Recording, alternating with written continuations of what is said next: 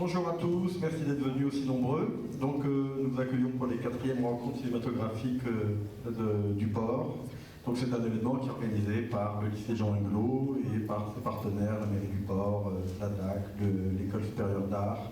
Aurélie Filin qui est enseignante de cinéma au lycée Jean Ingelot, Annabelle Mélanto qui est enseignante de cinéma au lycée Jean Ingelot, Vladilène et Aluna qui sont nos deux cinéastes résidents cette année et qui se présenteront et parleront de leur film dans un instant.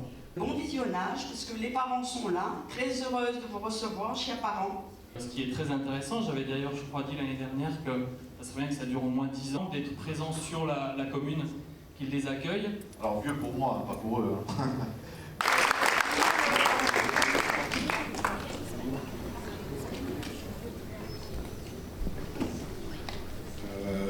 Bonsoir à toutes et à tous. Ou la nostalgie, des territoires quelquefois intérieurs, d'autres fois introuvables, certains hantés par la guerre ou les émeutes, d'autres par les incendies. En somme, des territoires peuplés de fantômes. Ce soir, nous allons vous présenter notre film, le film réalisé par des anciens élèves du lycée Jean Ingelot dans la section cinéma audiovisuel, mais aussi des films réalisés par les étudiants de l'ESA. Terminale pour le baccalauréat, dans le cadre de la résidence entre le lycée Jean Ingelot et la FEMIS.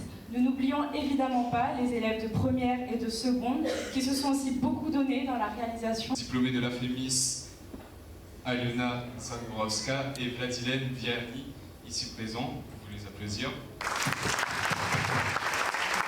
Effectivement, malheureusement, le cyclone Bellal, vous le connaissez, est passé par la Réunion durant les premières dates de tournage, ce qui a causé pas mal de retard sur la réalisation et le montage de notre film. Mais heureusement, avec des semaines de travail, notre film est enfin là et il est prêt.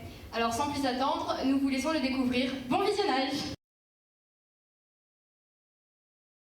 Et puis selon leur poste, ils pourront vous répondre. Dire qui ils sont, leurs relations, etc. Après aussi l'esthétique voulue, c'était un peu du found footage. La mise en place de l'institut. Parce qu'on sait qu'ils sont pris au dépourvu dans un environnement qu'ils ne connaissent pas, ou du moins depuis très peu longtemps. Et ils cherchent, ils ont un but en fait, s'échapper et sauver les autres de cet institut. Dans cette partie, on nous montre de la peur, que les gens sont un peu uniques, tout le monde est pareil, qu'on voit à partir des slogans, des costumes. Et il y a un format différent qui est le 4/3, je crois. Voilà. Les murs, mais on le voit de manière, en tout cas pour ma part, de manière complètement différente.